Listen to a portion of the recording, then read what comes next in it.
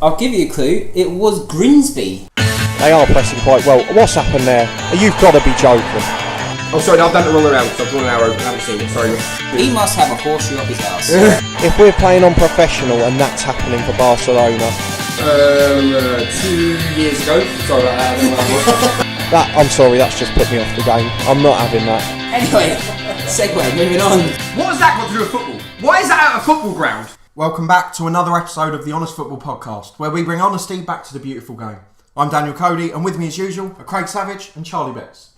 Today we'll be talking about formations, and we also have a weekly review on the EFL and non-league, our question of the day and story of the week. How's your week been, guys? I've not been feeling great, and I actually have bitten my tongue today. And you laugh, but as a teacher, that's quite an integral part of my skill set, being able to talk. And my tongue actually genuinely feels about twice the size of what it should be. Do you know the worst thing about all of it?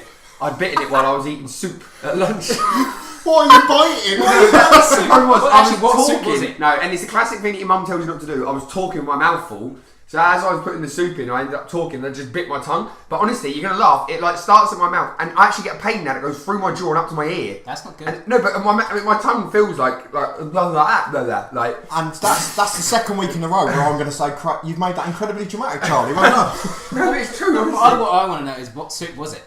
Tomato soup. Covent Garden, you know the ones that come in like the milk carton looking thing. You're moving up in the world, aren't you? I know, they're on a deal in fairness. I've had chicken soup, one does you for 2 days.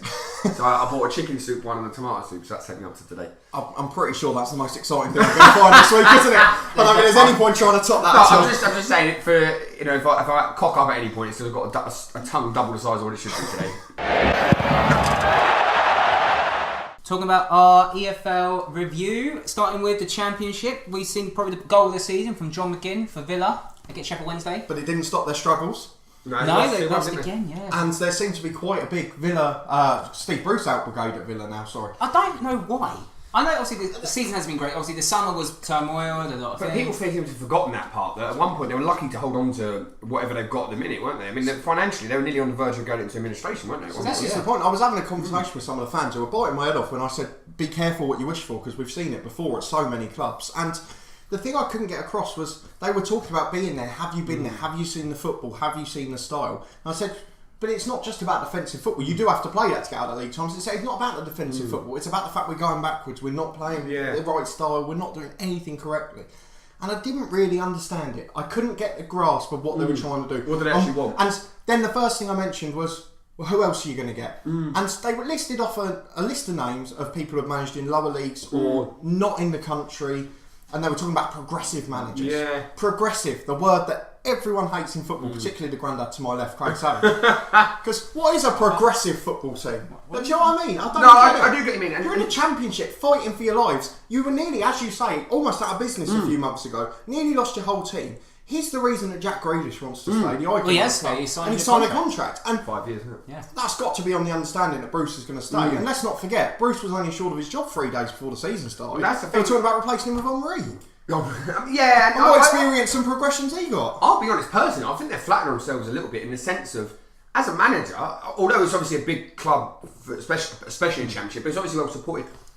I don't know if I'd necessarily want to go to it in a minute. You know the financial state. Clearly the players are not quite doing it. You know, as a manager, although it's a bigger club, would I want to not tarnish maybe, but that, you know, it's a reputation wrecker if you're not careful, that going to Villa and not doing it. I think it's more of a rebuilding phase for Villa at the moment. But they've got a few new players come in. Don't yeah, you? But it's still early days. It's September still. I know. And that's exactly the point, isn't it? That's all I was trying to say to these fans is, I appreciate you're frustrated. You've just gone and seen a poor performance at home to a side that are smaller on paper. I know Sheffield United, I predict them to go up. I think they'll do well, but they're a smaller side on paper than Aston Villa. But I was trying to point out there are so many big clubs, Leeds, Charlton, the list goes on, Leicester, Southampton, who ended up in League One. And it can happen to you. Definitely. You need stability, you need to make sure that you keep your house in order. Let's be brutally honest, they're the same size, you know, in terms of like stadium or that as Sheffield Wednesday. You look at what happens to them, exactly. you know, and so they're not immune to that sort of thing. No club is immune to. And let's be honest, man, what you say about Steve Bruce, I can't see them ever going down with him there. You know, and like you say, you've got to be careful what you wish for, really. I don't know. But yeah, in terms of the Championship, the only other thing I saw about that goal, have you seen him, the fellow McGinn posted on Twitter No. what his face looks like on FIFA Oh yes, I 19? have. Yes. the What like graphics were they thinking? honestly, there? incredible. It looked It nothing like him. It looked like what we played last week after we did the last week's podcast on FIFA 2000. yeah, It did look a bit like that actually. it was The graphics were terrible. terrible. 4 pixel square. Terrible. Yeah. But yeah, and was there anything else about the championship? I Yes. just wanted to do one. I'll let Craig do his after, but I'll just Yeah, go on. stick mine in the middle. It's a little tiny one. Go It's for it. my weekly Preston review. Oh, no. So I'm sure they'll come and dislike the video again. But Yeah. Preston, from 2-0 down away to Sheffield United, got themselves back to 2-2. And then let in a stupid goal to lose 3-2. And then they lost on penalties to Middlesbrough in the Carabao Cup in a week. So see you in League One next season. Sorry, Craig, carry on. mate. No, Leeds lost for the first time to winless Birmingham. That's a great result. Oh, yeah, for it was Birmingham, actually, Leeds. yeah. So, as the penny dropped for Leeds, No, I saw this after the game that there were so many people straight in the comments saying, "Oh, the Leeds crisis has started. The bubble's the wheels are burst." coming We've off. seen it in every league this season. The Premier League obviously gets more attention, but in every league where it's 2 defeats is a crisis, one Yes, defeat is yeah. a crisis. United lost a game, is it a crisis? Leeds lose a game, is it a Yeah. crisis? It's not a crisis. They've lost a game. It will happen in the Championship. There is no team in the Championship that will not lose a home game this season. No, and I'll be honest, from what you say about them, I know their struggles, Birmingham are a sleeping giant, I think, in the sense of, what I mean is it's Giant a big club. might be pushing Well, it. not Yeah. no, but for that league, what I mean is they're a well-supported club. It's not like they lost to a Burton Albion or, I know they're not in the league now, but do you know what I mean? Someone like that.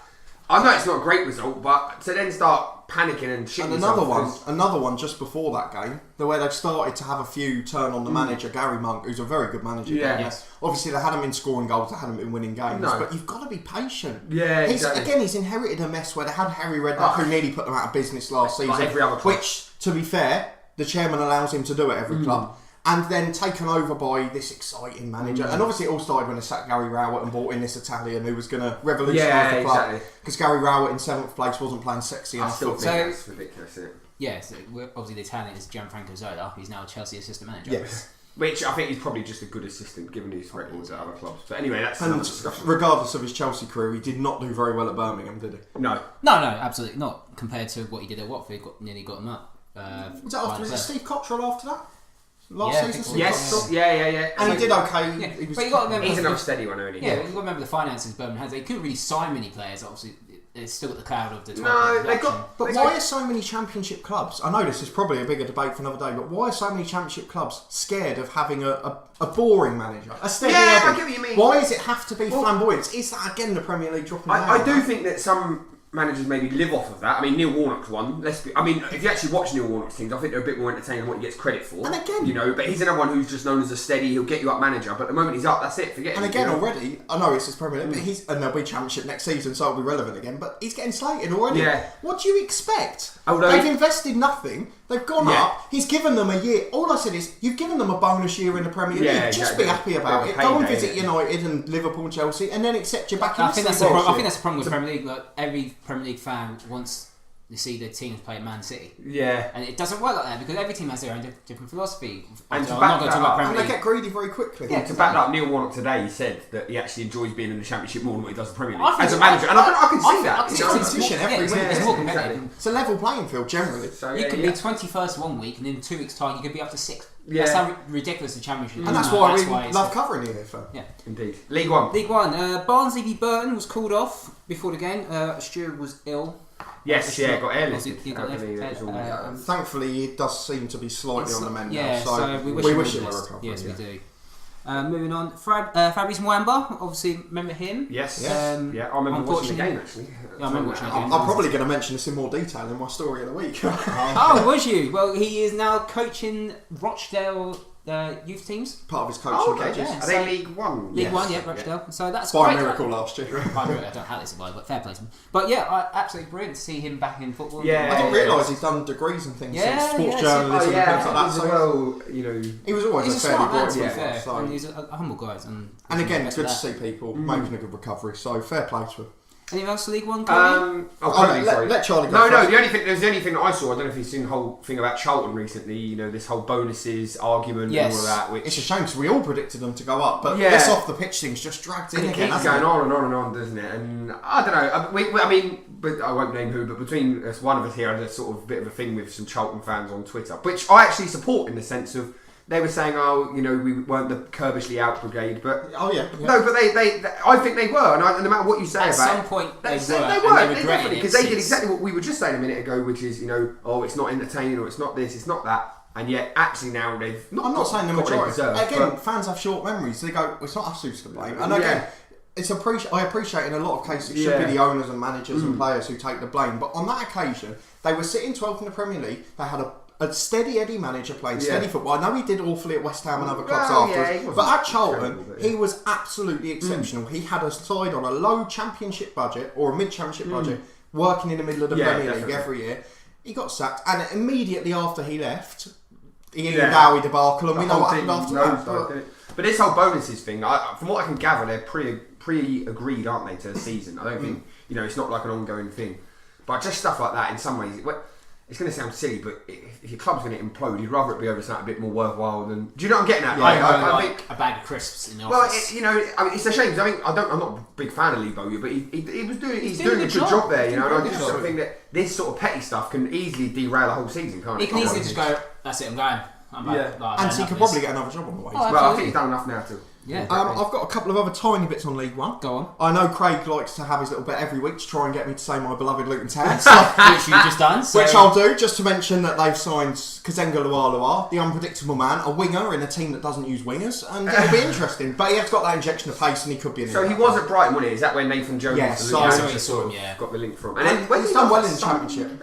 He went to Charlton, I think. Charlton. He did. Is it in relation to Newcastle's? He's his brother. He was brother. He came through at Newcastle, so he might be a good sign. brother. Wait, so there will be flips. Was he a free agent then? And they've got until the end of the season. Yes. So there's one big story from League One this week, isn't there? Yeah. Which is, and it was only yesterday, is Didier Ndong was sacked. Yes. Is that really Jack Ross has come out today and said it was to preserve the club's culture. Now, if one man can change a club's culture that much, I guess it's a similar thing to what they're talking about at the top level at the moment with Paul Pogba, but a bit less publicity for this one. And it was after a 4-month unexplained absence. Yeah, that's when And it was really interesting. And obviously he had his fitness problems, but he was at Watford on loan the year before last season, and he did a really good job there. Well, so it's very strange in the Premier League. Well, I heard about that. There was two that Sunderland sacked this week, wasn't there? And Ndong and Djibouti. Djibouti. But one of them, they've just sacked him outright. But I think it might be Ndong. They're trying to get compensation out of him because, if I'm right, they agreed a £13 million deal with. Come back to me. Anyway, they'd agreed to sell him for £13 million, and then he outright said, "No, I'm not going. I don't want to go." Blah blah blah, and then refused to come back to Sunderland. So they're saying, "Look, we missed out on £30 million." So they're trying to get compensation out of him. So that's going to drag on for months. Well, and the thing months is, now. forgetting football, if I did that for my job and not come back Exactly. after 4 No, months, I'll get there's sacked. no excuse for it. But this is I why have no sympathy for the player. But I do fair play feel Sunderland. I feel for them a little bit because, as I say, they've missed out on £13 million. Yeah, And but this they were is relegated. That's their own fucking the same fault. with, well, the clubs were mismanaged for a few years off the pitch again. And again, it's the fans who suffer. But when you two both predicted them to go up, I thought these things would drag them down a bit. Just these constant off the pitch things will come up, and there's still a few big earners there. The Oviedos, Catamoles, people like that. Yeah, I know they tend to be a bit better characters generally in terms of at the club, but it could still go wrong. And I'm not convinced they'll go up, to be honest. One last piece, and then we talk about Accrington, Stanley, and the false teeth. Who are they? Exactly. No, I don't know. It was just a funny. No puns tonight, please. There's no say in that. They posted on Twitter that someone had lost their false teeth, and I see they were that. in the club. They're in the club office if you want to claim them. So, I think they still need to be claimed. for me, I imagine it to be a bit like, you know, the whole story of Cinderella. All these different people trying on a shoe, and it's just this bloke from Tractor and Stanley trying on teeth, like false teeth. But no. Right, let's move on to League 2. Newport, considering they lost last week 6-0, showed a bit of bounce back ability with a 1-0 win against Tranmere. Away from home. Away from home, so Tranmere, you had to go up. I did. No harm in that. So Newport's still in top 3. Yeah, my League 2 predictions were by far and away the worst and most out of all of them. That I've done. Mine are They're looking shocking. great now. No, I did that. Notts County. Yeah. And I had a note from the other end of that game, which was obviously Yeovil won it 6-0 away at Newport the week before. Yeah, we mentioned it in lost- episode 2. They lost 3-0 at home to Swindon. It was just, it was such a strange set of results. League 2 is quite weird this season in a weird way. Obviously, I know Lincoln are top, and which we all predicted. Which we all predicted. But my favourite team in League 2, Grimsby, are struggling, which is good. Yes. And I've seen Crewe are starting to slide down the league now, which is making me look a little bit better. I did like the interview, and I'm not just saying this as a West Ham fan, because actually I didn't enjoy watching the highlights of them beating Macclesfield 8-0. But I did like that. If you get a chance, watch the interview with the manager afterwards, and he literally says, "Yeah, exactly. We didn't need that because I think they're playing." Goes a bit back to the Barry Fry thing. Yeah, a couple of weeks ago. I don't think it's Lincoln, but I'm sure they're playing one of the top 3 this weekend. And like the last thing they needed was an 8-0 thrashing, like the obviously a few days before. But yeah, that wasn't nice to watch. They're home to Forest Green. Okay, no, I stand corrected then. Sorry, Forest Green are up, doing quite well. I think they're up. But it's quite a good thing with the EFL Cup, because it's one of the few times that the Football League clubs are taking on the Premier League, and they have varying degrees of success. Obviously, it's a bit harder now because the top Premier League teams are taking it a bit more seriously because there's 6 teams competing for 4 trophies. Well, clearly Man United did because they still lost a derby. But they put a strong team out. Exactly. But in terms of the top 6 in England now, they're competing for 4 trophies, aren't they? So winning the Carabao Cup can save them their jobs. So you're not seeing these teams of 17-year-olds going out, and it's going to make it harder for the EFL clubs. And the prize money knock-on effect. And that's exactly what happened, unfortunately, last night for Macclesfield in the sense of, I think, and not talking about Premier League stuff, but just really quickly, because West Ham had such a poor start to the season. You know, Pellegrini's reputation is starting to get a bit of a thing that he put out what I pretty strong sides. Well, it was 2 youngsters. The rest were all first teamers and proper first teamers. My last point on that, we talk about the magic of cup competitions and things like that. The TV game, Liverpool second 11 v Chelsea's reserve or rotated side. Yeah. When there's teams like Brentford against Arsenal, which turned out to be a good close game, and they're never going to show Arsenal beat Brentford. But I just show Man United derby. But I just find that a bit. Just going back on that championship quickly, Brentford.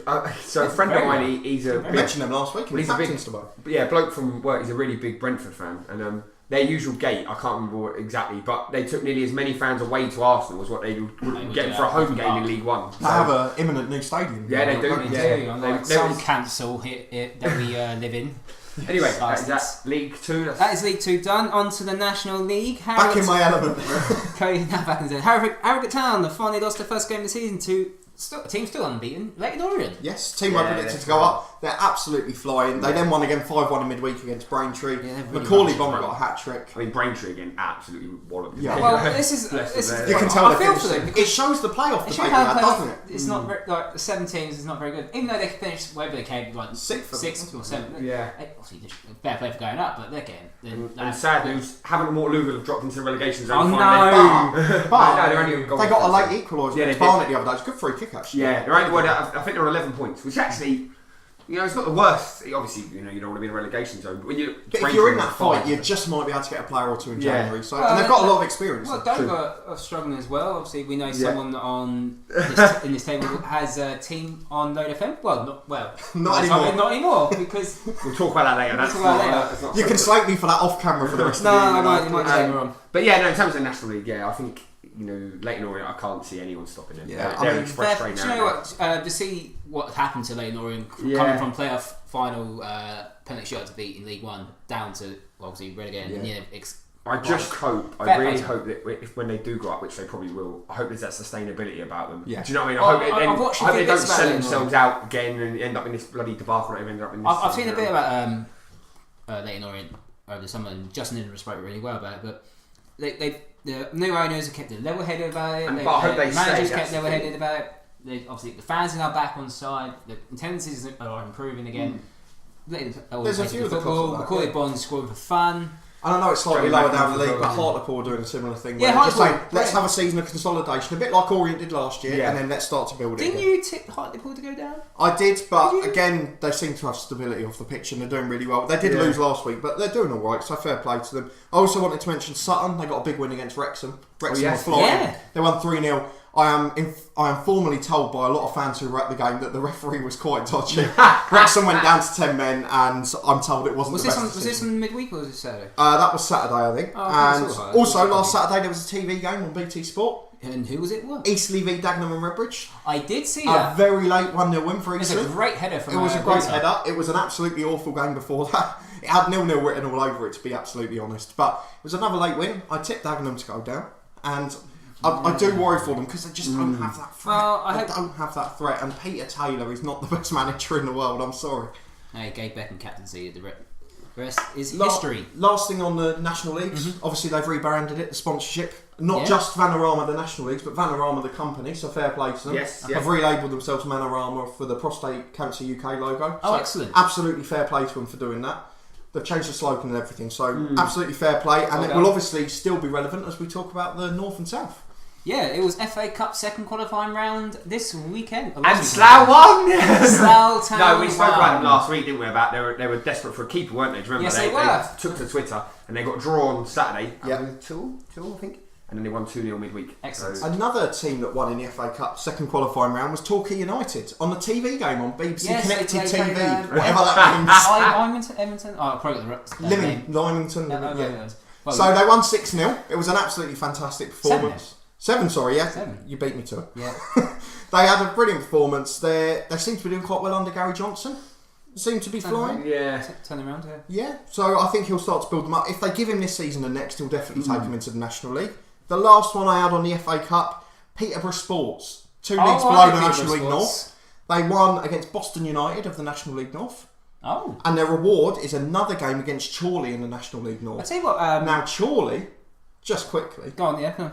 10 games in, have a 9-point lead at the top of the table. I didn't see that. What? 9 wins, 1 draw. And one of Charlie's favourite people, because he used to do a stupid search for him when he was a child or a young adult, is David Platt turned up there this week. No. Why is David Platt? I'm not sure, but he was just... there was a photo of him holding up a Chorley ticket in front of Chorley advertising. If I remember correctly, and this is going to sound like a proper stalkerish thing to say, I'm sure he's from Chorley. I genuinely think I think he is. But I'm not. I don't stalk David Platt. But yeah, no, I think David Platt's brilliant. Just go quickly back to Peterborough Sports. Yes. I remember a couple of seasons ago when my team were like 15 games on first 15 games of the season.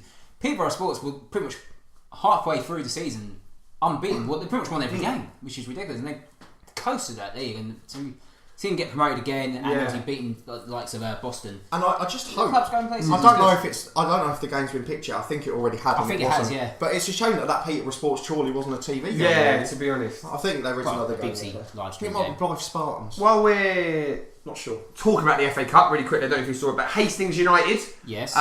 Your favourite story this week. Well, yeah, it was. So they're in the Bostik League South East Division, which Craig, you'll know a lot more about it, which tier that is. But yeah, it's Probably quite. tier So they were playing.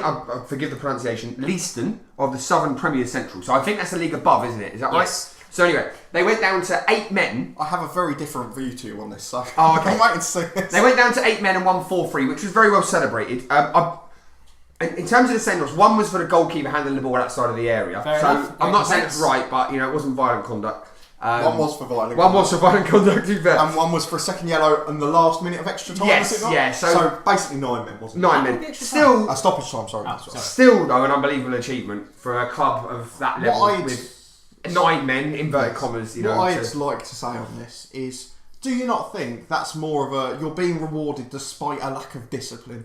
And at what point does that manager say, this is the FA Cup? I mean, for clubs like that, that is your biggest chance at income for the season. If you turn around and say, you've put us at risk of that game, they were comfortably ahead. You know what I mean? I think it was 4-1. Yeah. Yes, yeah, And- 4 up, yeah. And all they've done, admittedly they've held on, the 8 players or 9 players did brilliantly, but those players have put them close to going out of the FA Cup when it shouldn't have even been a story. But at the end of the day, is they still got winning money. So And those players better not Eight play men. on it. So fair Well, the play to 8-1 them. who got there, yeah, to be fair. Have we got time for kind of a quick story? Yeah, go for it Go while for you're there. it. Because it's not really the story of the week, but have you heard of Redditch? Yes. Yeah, of the Southern League. Yes. Yes. They used to be a bit further up, didn't they? Yeah, it's actually quite sad. It's not really a funny story, to be honest. So You're always bringing entertainment here, aren't No, you? no. Well, no. Their previous manager was a man called Paul Davies, because there's 2 of them. This is where I get confused.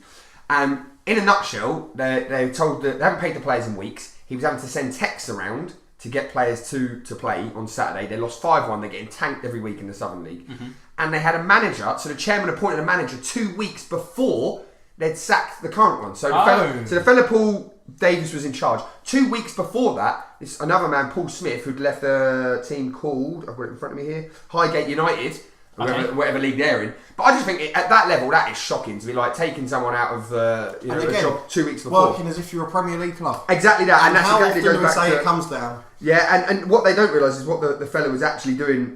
He was picking up players. It wasn't, it's not. So he's doing the doggy. And We then talk again- about the characters, don't we? Yeah. It's not about just on the pitch. It's And- rather having a good team of average people, rather than having good people who haven't got the right character. They don't care. And basically, what they've tried to do is, I think, the chairman said to him, "What you could do if you want, you can become the new manager's assistant." What's the point? Well, talk about rubbish, Just mug me off. But it comes back to the original point about spending above your means. They basically blew a load of money, didn't get any return from it, and then the current manager said, "Look, why don't we just try and, we're going to get relegated. Just put a load of youth teams out, and we'll try and build from there." Yeah. New fellas having none of it, brought in someone else, and they're still going to go down because they'll still be in a worse financial position. Exactly. Yeah. And the couple of hundred fans who dedicate and go watch it, they're the ones who suffer. So the reason I brought it up, and it was just a shame really, is the stuff that we're now seeing at National League South and North even is coming all the way down to this level, which is really pretty just borderline amateur football, isn't it? Now you're getting crap like this going on. Lack of communication. Shocking. I'll just add for our last league a couple of bits on the National League South. Okay. So one of them was Dartford.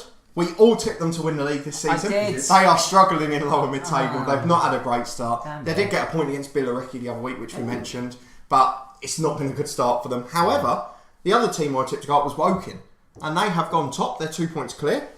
They're a promotion prediction, and I just want to say well done to them because it's making me look good again. And I am They keeping. lost to Dulwich Hamlet. They did, but I'm keeping a little tabs on how our teams are doing, and I, at the moment, am winning by a country mile. So I'm more than happy with that. We'll need to do it. We'll do obviously. We'll do a mid-season one at some point. Well, around talking Christmas. of that, actually, I don't know if you saw, because I know you're now a fan of Northern Irish Sorry, football. Charlie's trying to catch lights in the kitchen. No, I think there's a mosquito in there.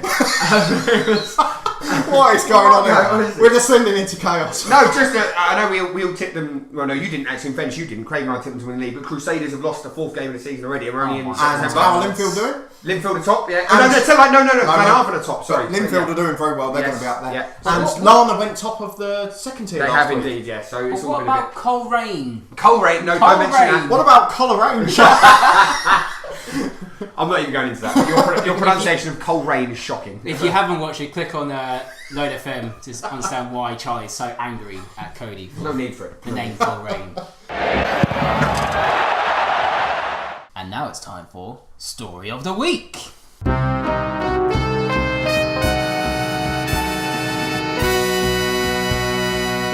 I think I might start off with Story of the Week this week with my choice. And it's come from a game in Russia. Okay. And a guy called Alexander Belov scored for Torpedo Myasis in the 6-2 win against Uralets. Are we sure that's the correct What? pronunciation? I We're hope getting a it lot of is. feedback on this now, Craig. I hope it is.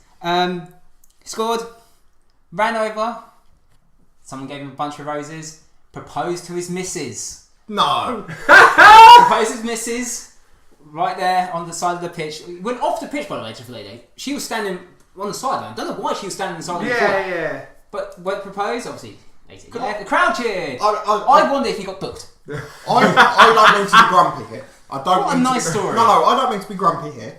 If you're at work, okay, you say, I'm just going to take a minute break to go and propose to my wife, to my girlfriend. If she was working with me, that's a bit different. Yeah, I know what I'm saying is, Yeah, but even then, it's still your place of yeah. work. isn't you're it? essentially you're being paid to work, and you're going to propose to your other half. I assume she said yes. She did. Oh, okay, that's good. So See, congratulations. if she'd have said no, that would have been a Oh, that shoo-in would for have story of the been- week. Oh, no that's matter the what. story of the year. You should have said no. But okay. do watch it. It's on the Sport Bible website. So it's absolutely brilliant. Cody! I've got a couple. It's not going to be as good as that. One, I just wanted to have a little rant, basically, again? which was today that the Football Association, the English FA, have unanimously backed the sale of Wembley in a deal worth 600 million in cash and a supposed 300 million in future revenue. Despite slight objections from grassroots groups, they haven't actually decided how that's going to be developed into grassroots football. So they've agreed that it's going to go into the football community facilities,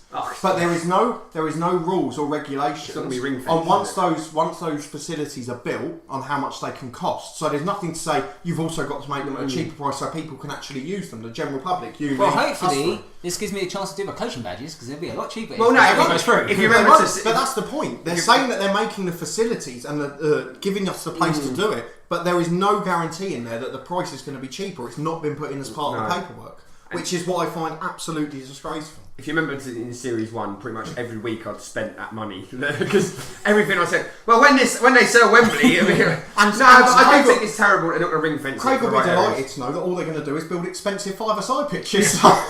But Charlie would be sad because the bees would be extinct. Because there'll be no grass. What's your other one? I just had one little tiny one. It's literally 2 lines. I just saw a little story on Twitter from the Uruguayan lower leagues. Go on. And it was a team, and they train. I think it's near a farm in lower league, and it was almost like swamping conditions.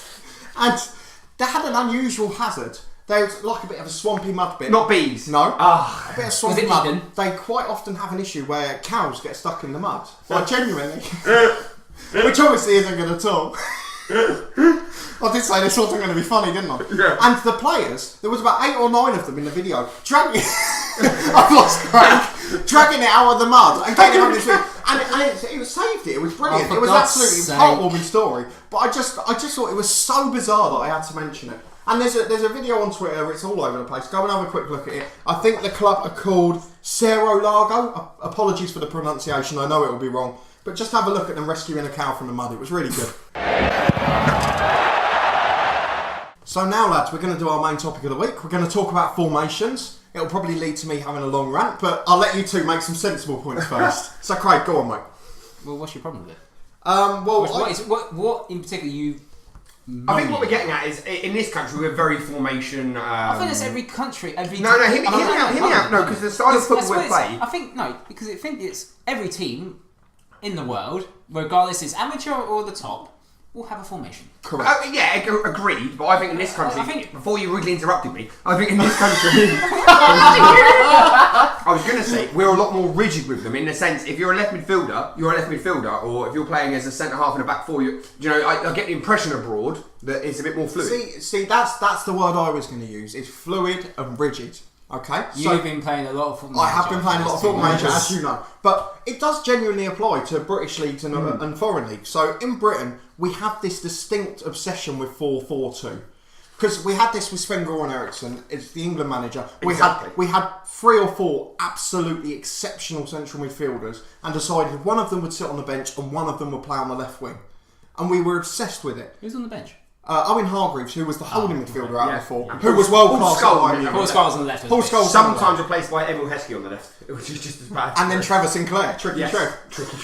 So there's enough about Sven-Göran Eriksson, but the point is that we are so obsessed in this country with a rigid formation, and all of the TV channels, the Sky Pad and things like that, they're doing a little arrows of when he's 10 yards out of formation. Yeah. Now, generally abroad, we have a bit more fluidity to it. Generally, we see more exotic formations, and I say exotic as in not 4-4-2 as a British fan, but we see it. So, what is your exotic formations? Well, I'm not going to mention 4-3-3, which I know is what you want me to do. So what's wrong with 4-3-3? A lot. We'll get to that later. But I wanted to talk mainly about back 3s and back 5. Something we, until the summer in the World Cup, we have been petrified of in this country. And to be fair, it was only when Conte came over, really. I know Hoddle's done it briefly before another time in the past, but we've always ended up around 4-4-2. 96 was not, it was Adams and... Yeah, but he changed it. He changed it for the Scotland game. So you're thinking of 1990. Bobby Robson went to a back 3 in 1990. Did as well, It's actually happened in the national team a little bit, but domestically in particularly, we've been absolutely petrified in it. And still now, we mentioned it before when we've been talking about coaching and things like that, we don't have the people qualified to train people tactically, to play in different shapes and to play fluidly. It's this is your role, this is your job, you have to be responsible. I remember a certain someone said in their Football Manager video that... Here we go. lower down in non-league that 4-4-2 is the way. Correct. But I'd say it's more popular, definitely. No, go on, make your point. More teams, we obviously coaching teams on a Saturday, most of them not really going to use 4-4-2. They've been doing the 4-3-3s and 4-2-3-1s, your 3-5-2s. Can I ask a question? Not because of they're following the trend from the Premier League. No. It might suit how. Can I ask a question? Can I ask a question from that? Absolutely. Has the standard improved from them formations, or have games become higher scoring and less quality in terms of defensive play, patterns of play, and things like that? I think it's hard to measure. That's a hard question. I've seen so many 4-3-3s or 4-5-1s or whatever you want to call them in Sunday League football or Saturday League amateur leagues, and they still hoof the ball onto the big target man up front. So they're not. All they're doing is changing the formation for the sake of it. Because they say, well, I'm not playing 4-4-2. Look at me, I'm playing a 4-3-3. But they're still lumping it up to the same bloke who they would in a 4-4-2. It's just one less man running off them. I would say, to back up a point slightly of his, is that, I mean, for example, the team that I coach, I use the word coach loosely. No, the team that I coach at the minute, we play 3-5-2. The ones that don't listen to you. No, exactly. But the moment we shit ourselves, straight back to 4-4-2. You know, say everyone, I don't know, you get an injury or you go a goal down, or not necessarily a goal down, is probably the wrong example, but do you know what I mean? When the shit hit the fan a little bit, it's like, right, let's go to 4-4-2 because everyone knows how to play 4-4-2. And I think some of that's a cultural thing because we're drummed. Yeah.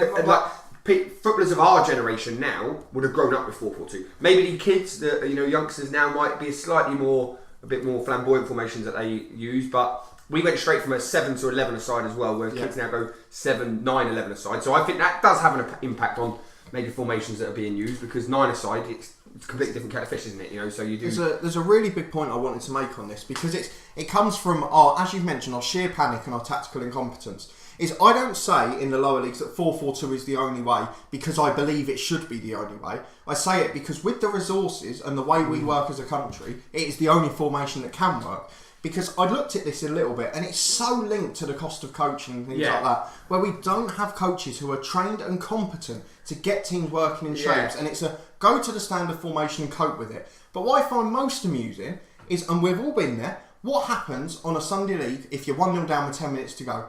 Oh, we've got 2 strikers on the bench, let's just chuck them all up there and see what happens. Chuck the big centre half up there, see what happens. Don't care about a formation then. No, we have no understanding of tactical competence. Hold a bit. So what? All right. So you're losing 1-0 with 10 minutes to go. What would you do personally? It's a lot of variables. No, there are variables, but you've got to look at your team. You've got to look at your team and have tactical avenues. So if you're putting, as I've seen in some leagues, you put 3 big men up front, right? But then you take off your wingers to do it. Okay, so then who's putting the crosses in? Seriously, think about it. You're putting 2 big lumps up there, and then you're saying, "Well, I've taken the wingers off to do it." Yeah, there's no thought process. You're saying, "I'm going to put 3 little quick men up front," and then you take off the centre midfielder who's going to thread the through balls. How often do you see it? And it's so frustrating in this country. I do think with the formation thing, the lower down you go, the more reliance is on 4-4-2 because. You know, you've got very limited contact hours with these players, particularly if you get down to our level. But even then, even, I don't know, say you take Southern Prem, you know, twice a week, Tuesday, Thursday nights. And you're saying, I can only train one run. And you have to do that one run. And I think, to be honest, because you know that most lads in there are going to be able to play 4-4-2, you don't have to spend as much time coaching shape, patterns, whereas if you want to do, and I'll be honest, and I'm not I'm some sort of super coach, but, you know, we've been trying to play 3-5-2. Pre-season, I had to drum it in session after session.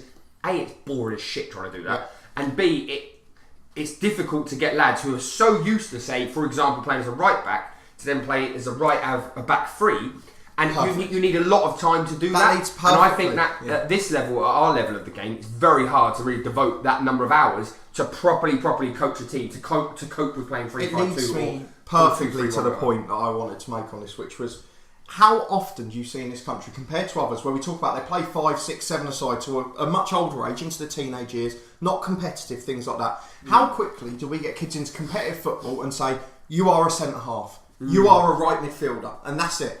And then that's your position for life then. Or until you get to 16 if you're a striker and then they go, you can't finish, you're going to be a centre-half. No illusion. Sorry. No, but the Dutch model's we see it in the professional leagues a lot as well, genuinely. In terms of, we're going slightly off topic, but just really quickly, in terms of Dutch football, about 10 years ago, I don't know if they still do it, but if you, say, played for Ajax, you would be played across a season, you'd be played in every single position. So you might go there as a centre forward, but you would play one game, for argument's sake, against PSV, you play right back there, you'd be left centre half the next one, you know. But that's so you tactically understand what your teammates have to do, or so you are competent to understand different roles. So when that centre half screaming at you like we do on a Sunday morning or whatever, you can say, I know how he feels, I know exactly what he's trying to do, I know why he needs me to do this. Whereas in our country, the centre forwards just go, shut up, I've just run 20 yards for a ball that's gone out for a throw-in and I'm going to stand on the halfway line now. But yeah, so I suppose so incompetent. What the question we're asking is how important is maybe a formation? Like how, you know, if you were to rank it in terms of percentages, how much of winning a football match is down to the formation you play, given what we've just said, I suppose. And I would... It does, doesn't it? But does it? Because in the last 10... So you just say, if a formation doesn't matter, we're just... Anyone playing we like. Everyone has a floating role. No, I don't mean it like that. That's what we've termed. No. You're misunderstanding it. A formation does matter, but what formation it is doesn't specifically matter. So the last few years in formation, obviously, as you said, got Conte's formation of 3 at the back. But before that, back forwards had won the Premier League. 4-2-3-1s, 4-4-2 with Leicester. 4-4-3, like Barcelona, for example. Barcelona were doing tick-attack football, playing 4-3-3. Manchester United won the European Cup in 2008 with a 4-3-3. Obviously, granted, Man United back in '99 won the treble with a 4-4-2. United won 3 Premier Leagues in a row with a 4-4-2 and then 3 in a row with a 4-3-3. I have a 4-4-2 here actually. No, Leicester. Sorry, before you go on, Leicester City won 4-4-2. 4-4-2. But then the following season, a 4-2-3-1 or whatever you want to call it, won it, and then a 3-4-3. I do think vice versa, sorry. we get slightly, we talk about forward back, but you look at the modern day fullback, and that, not even just in the Premier League, you even go down to League 1 and 2 or whatever. The modern fullback is pretty much a winger now. Just to sort of give you, we're not the only ones who think like this, so I've actually done Newsflash, Charlie has found his notes. I have found some notes. 7 weeks later. The other half are at work. No, an English sports writer from a magazine that I won't name. Was it Adrian Durham? No. But they basically listed different types of formations, giving an example at the elite level of the game of who's maybe been successful with that. But it's just quite interesting to see. I'm really impressed by the graphics. No. It's just quite interesting to see what they think you need to play a particular formation. So, for example, if you take 4-4-2, they're saying the 3 main things you'll need is a box-to-box midfielder, a striker that excels at movement and finishing, and wingers to supply crosses. And this is written by an English writer. Exactly. Who's saying you need this person in this role. Yes. So unflexible. And their example of that was Manchester United in 1999. Very quick question: who played left back? Dennis Owen. Dennis Owen is correct. Yes, I didn't realise Ronnie Johnson started in that game. Believe it or not. Well, in the final. In the final, 1999. We had a bit of fun with him on that FIFA 2000 last week. You just mentioned tick-a-tacker. So, according to the English sports writer, which I would say I don't agree with, but I imagine there's a lot of English people. Sorry, English it's the mindset that's drilled into us. That's the word. So, what Man City for whatever reason, they seem to think that in what was this? He's lost his notes. Here we go. Wait. No, that's the point. That's the point. There's a 4-3-3, but with the tick-attacker, it's so fluid that apparently you need a sweeper keeper and a tick-attacker, but you don't need a 4-4-2, which to me, you've got 4 at the back for both. But that's again, like you're saying, it's those pre-assigned roles and preconceptions of the whole thing. But the thing is, that's where you have as the 4-3 will probably be your 2 fullbacks push higher. But that shouldn't make much of a difference whether you have a sweep keeper or not. For example, it was perfectly leading me on to a point I want to make modern terms. I know we don't talk about the Premier League generally, but in terms of this, we want to talk about the best examples of coaching. And the best example of coaching in the modern era, I guess, is Pep Guardiola. Yes. Okay, so you've talked about the tick-tacker already and all that sort of thing. But the most important thing with that is he, more than anyone, most surprisingly, because it came down when I think Henri did a piece on it a couple of years ago, where in the defensive 2/3, if you come out of your specific structured zone, you are punished. Yeah. I remember him talking about him being subbed off because he scored a great goal, but he's come out of his zone. Yeah, because he came from the left hand side all the way to the right. Yeah, he said, look. And Pep's saying, what if you lose the ball and you get out of that position? Yeah. But in the final third, it's free game. Do what you want. Yeah. You are fluid to play any formation you want. And that is the thing that we have to think about is we don't really have this, do we? Where we have this formation for when we're defending the ball, when we're attacking with the ball, and when we're in that transition. We always think this is our formation and that's it. But every team I played for in a Sunday league sets up their team in either not to get beat or how to score plenty of goals. Yeah. None of us ever think about does our formation. But what was ours? But does any formation at that level, amateur level, think about both? No, gosh, no. It's just a game. I mean, you look at this right here. How can you win over a season if you haven't got the best defence and the worst? Well, that's the thing. Like, if you look at this tick-attacker here, and this is a game by an English person, the only thing they've written about the defenders must be good on the ball. There's no relation to... But that's just the classic cliche phrase, exactly. Isn't it? What I don't be good on the ball doing what? Exactly. I can control the ball and clear it out for a throw-in. What I mean is, why do you need to be good on the ball, say, in that formation, but you don't do 4-4-2? Because, again, it's that thing of, right, if you're playing 4-4-2, your centre-halves are there to win the headers, clear the ball as far as you can. They don't need to be able to play, they're just there to stop. But being good on the ball can mean that as well. Just control it and clear it. Counter-attacking football, any ideas what sort of formation that would be apparently? 3-4-3? 4-2-3-1. 4 at the back again. So I would say that. I always 2014. By the way. I've always thought that was a controlling formation. Yeah. But again, that's not the players that's just the players that were there, isn't it? Having a Ronaldo and a Bale, the pace and things like that, you know. I understand. Yeah, but they had the Modric in the midfield to actually set him up. Yeah, right. But that's a controlling. He's not a counter-attacking player. Again, him and Cruz, they're controlling players. You know? Again, right. Park the bus formation. What are we going for? 5-4-1. 4-3-2-1. Exactly. Is it because it's narrow? In it? Yeah, but apparently a good example of that was Jose Mourinho, Chelsea 2013. But that's playing in the British League where they're saying you can pump the cross. How many times you can pump the crosses into the box? We've got the big men who can clear it. And Jose's big team, and it's just wrong. Really quickly, I'll be amazed if you can guess. So in terms of the long ball, obviously I think we know the manager that they would have used an example of this. Sam Allardyce, Bolton 2004. I thought I was going to go for Tony Pulis. Really quickly, with JJ Okocha and Uri Jorge. That's exactly what I mean. It's just a stereotype. Yeah, but really quickly, football. Just a quick quiz thing. Can you name the back four that he used the most? Bruno and Gotti. Yeah, centre half. Yes. Hunt at right back. Yeah, Noel Hunt. Yeah. Simon Charlton. No Hunt. It's not going to be Simon Charlton, is it? That's a youth. No, that's Gardner, wasn't it? Yeah, Ricardo Gardner. Gardner. Who's the other centre half? Oh, Campo. No. Was it years this? 2004. I've been before any of the stars. No. Jaidi. Oh, yeah. Anyway, yeah, so you got that. Which, again, is a fallacy. If you look at their attacking five, yeah, okay. Stelios. Gary Speed, God bless him, defensive midfield. But then you had El Hadj Diouf, Kevin Nolan, JJ Kocher, and Stelios Giannakopoulos. And just because... Oh, yeah, what fucking name is? Coleraine. Just because... Coleraine. But just because they had Kevin Davies up front, it's suddenly then that perception of they're a long ball team. And yet, arguably, that four there is one of the most That's creative... why I never understood. Catch up, though. That's Sam Allardyce's team, exactly. They played that either Henrik Pedersen or Kevin Davies up front. They held the ball up, they won fouls, but then once the ball came knocked down, they played lovely football in the attacking area, and it gets forgotten. Exactly. Galacticos don't come to that club for that reason. Campo Fernando and Hierro Hierro doesn't come to... Hierro, Campo, they don't come to play long ball football. Neither does Djorkaeff, neither does Borghetti. None of them come... Koch is not going to stand there if the ball's gone over his head for 10 years. Nelka as well. And I just don't understand the stereotype. They play great football. And I think that's the problem, unfortunately, is that all the time that we... As a footballing culture, I think that you are a square peg, going into that hole. Until we change our mindset, which hopefully Gareth Southgate can do some work towards, and people like Pep Guardiola in the English game, Jurgen Klopp as well, who deserves a mention, and even in the lower leagues, as we mentioned, people like Bielsa, who have that sort Nathan of Jones. that continental understanding, and as well him, because he's worked with Spanish coaches most of his career, and I just find that it will be an excellent way going forward. But until we can change the fans' mindset, which may take a generation, it won't work. I don't think it. It might take a generation. I think it'll be for the young. Until we get youth players playing five-a-side regularly, it will not happen. No. But going back to my earlier question, which obviously we didn't answer, what's your bugbear for 4-3-3? It's just Football Manager purely. I have no problem with it. It's just because I can't cope with 3 people against 2 centre halves. That's your problem. That's your defensive job as a manager. As a general formation in real life, I have no problem with 4-3-3.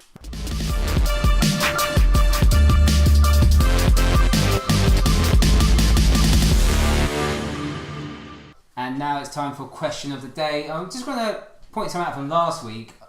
I made a slide for the answer of 500 and... You made another blooper. Yeah. You're becoming quite famous for this. Your question of the day, and the quizmaster is factually incorrect more often than not. So, make it clear, I put 565 kilometres for... Feet. Try again. And that's 3. 565, whatever it is. And I did say 552, and it was 552. We're about the height of above sea level. Above sea level, yeah. And the thing is, you'd hamstrung yourself, because that wasn't even the question. You'd made yourself an extra hurdle, and then got it wrong. I said it wrong. But hopefully, it should be right this week. Come on. I'm going for it. Let's not forget I'm 1-0 up, so I'm going for a 2-0 Cody's lead. 1-0 up for his first time. Maybe he's actually got a question right. It's a miracle. And had it been for corruption, I would still be unbeaten. Well, I don't know about that. Go on, Craig. Go on. Right, so today's question is James Hayter scored the quickest hat-trick in EFL history for Bournemouth in 2004. Yeah. But who was it against? Was it A, Wrexham, B, Rushden and Diamonds, or C, Chesterfield? Wrexham. Charlie, do you want to guess? I think he's probably right, isn't he? But given that they were gone bust, so maybe Bournemouth were down there, maybe Rushden and Diamonds. So you're saying Rushden and Diamonds because they went bust? No, what I'm saying is they were still around them, but they've always been in the lower league. And I'm putting it down to when Bournemouth are probably in the equivalent of League 2 now. Because this was League 1. I was hoping you were going to ask either when he came on or how long it took, but this one I'm just guessing. That was that later on? That was later on. I will give you that. But the answer is Wrexham. 2-0. So we're getting some goals this series. But if we're going to go by how Cody's normally is on Football Manager, Cody will let this lead slip. And this season's got about 40 weeks left. I know. Have you got any more info on? Yeah. So the funny thing about it took James Hayter 140 seconds to score a hat trick. Right. He was a substitute. He was a substitute. That was the main bit. His parents came to watch, but left the game early because they had to get their ferry back to the Isle of Wight. Right. So he missed his hat trick. Apparently to this day, his parents are still screwing. They got to miss it. So yeah, James Hayter. I really remember that. It's really vivid. It's a really distinct one because. And I like that we're getting EFL questions from when I was actually born, and I'm starting to do well. It's a surprise. I do think we need to maybe shift the multiple choice thing because it's giving him a puncher's chance now. I would have known that without. That one I would have known. I think If I didn't, I was going to put Luton and Grimsby in it because I don't think Grimsby. I think we need to give Grimsby a few weeks off. They've come up in a fifth of our question of the days. Actually, he's gone 2-0 up. I'll give him that. So Cody 2-0 up. Charlie will hopefully use a bit of bounce back ability. Got a lot of work to do. Hopefully, are you biased? It's like the football man. Corruption in the Honest Football Podcast again. Well, that's it. Thank you for listening. Don't forget to like, share and subscribe for 2 new videos every week on the Honest Football Podcast.